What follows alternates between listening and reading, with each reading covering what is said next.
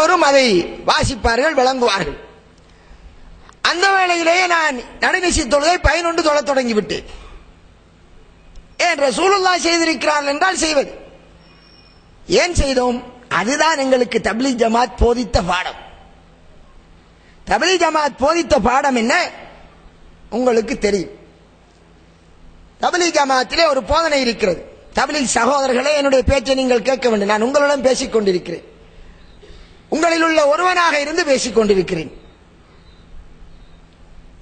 என்ன சொல்லப்படும்? இங்கே ஒவ்வொரு நாளும் பள்ளியிலே ஒரு அறிவிப்பு செய்யப்படும். மேலான பெரியோர்களே, சகோதரர்களே, இம்மை மறுமை பற்றி அல்லாஹு தஆலா தீனிலே வைத்திருக்கிறான். தீன் என்பது அல்லாஹ்வின் கட்டளை, நபிகளாரின் வழிமுறை. இந்த தீன் எங்களிடத்திலும் பூரா மனித சமுதாயத்திலும் வருவதற்கு பெரியார்கள் ஒரு வழிமுறை வகுத்திருக்கிறார்கள்.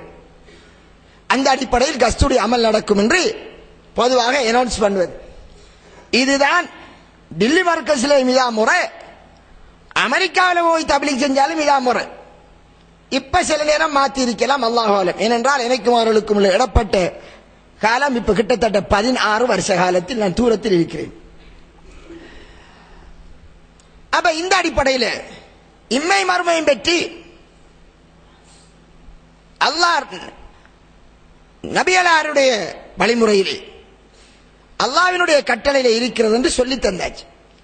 சொல்லி தந்ததால் நபிகளாருடைய வழிமுறை என்று எதையும் தெரிந்து கொண்டால் உடனே அதை செய்வது. என்னோடு இருந்த அந்த பழைய காலத்து அந்த சகோதரர்களுக்கு தெரியும். எந்த அளவுக்கு என்றால், சில விடயங்களை நான் செய்வேன். கொழும்பு மர்கஸ் எங்களுடைய ஹெட் ஆபீஸ், அதில் இருக்கக்கூடிய அமித்ஷாமார் விரும்ப மாட்டார்கள். ஆனா நான் செய்வேன். ஏன் செய்வேன்? எங்களுக்கு போதித்து தந்த பாடம் அது. நபிகளாருடைய வழிமுறை வெற்றி இருக்கிறது. அப்ப ரசூலுல்லாஹ் பின்பற்றணும் என்று சொன்னால் பின்பற்றணும் என்று அப்படி செய்தேன். உதாரணம் என்ன தெரியுமா? ரசூலுல்லாஹ் 7 முழம் தலப்பா கட்டினாங்க என்று ஒரு விடயத்தை பார்த்து, நபிகளார் தலப்பா கட்டினார்கள் என்று ஹதீஸ்கள் இருக்கிறது. தலப்பாவின் கலர் கருப்பு என்று இருக்கிறது. ஷமாயிலு திர்மிதி தான் நமக்கு கிடைத்த நபிகளாருடைய அன்றாட நடவடிக்கையின் புத்தகம். அதுல கருப்பு என்று வருது. அப்ப நான் என்ன செய்றேன்? கருப்பு தலப்பா கட்டுறேன். இன்னொரு கிதாபில் பார்த்தேன், 7 முழம் கட்டினார்கள் என்று வருகிறது. யார் கட்டினார்கள்? ரசூலுல்லாஹ். உடனே என்ன செய்றேன்? நான் 7 முழம் கட்டுறேன். இந்த 7 முழம் கட்டுற போது அது கொஞ்சம் கொழும்பு மர்கஸில் கொஞ்சம் இவர்கள் கொஞ்சம் என்ன கூடுதலாக இப்படி போறார்கள், இது நல்லமில்லை என்று அவர்கள் சொல்வார்கள். இன்றைக்கும் சில தௌஹீத் சகோதரர்கள் கூட நம்மளை இவர் கொஞ்சம் எக்ஸ்ட்ரீமா போறார் என்று சில குறை சொல்வார்களே, அப்படி நம்மளுக்கு அது பிரச்சனை. நமக்கு தேவை மறுமையும் சொர்க்கமும். மறுமையில சொர்க்கலோகம் கிடைக்கணும். ஆறு பின்பற்றினாலும் நமக்கு பிரச்சனை இல்லை. உண்மை இதென்று தெரிஞ்சா செய்யணும். அதான் நம்ம கிட்ட கேள்வி கணக்கில் நாம சொர்க்கத்து போகணும். கையை கடிச்சிக்கு நமக்கு நிக்கலுமா? நம்மள லேலாது. நிக்கிறார்கள் நின்றுக்காங்க. அல்லாஹ் நம்மளை காப்பாற்றணும். அந்த அடிப்படையில் செய்தோம். அதே மாதிரி அந்த இவ்வாறு பல விடயங்களை செய்த போது அதை தனியே சூறாவுக்கு எடுத்து நீங்க கொஞ்சம் எல்லா ரைப்பிலையும் கொஞ்சம் மாத்திக்கோங்க என்று சொல்வார்கள். இன்னொன்ன பார்த்து தப்லீக் ஜமாத்தில் ஒரு ஜுப்பா உடுப்பார்கள். பொதுவாக நேத்தி வரை ஷர்ட் போட்டிருப்பாரு.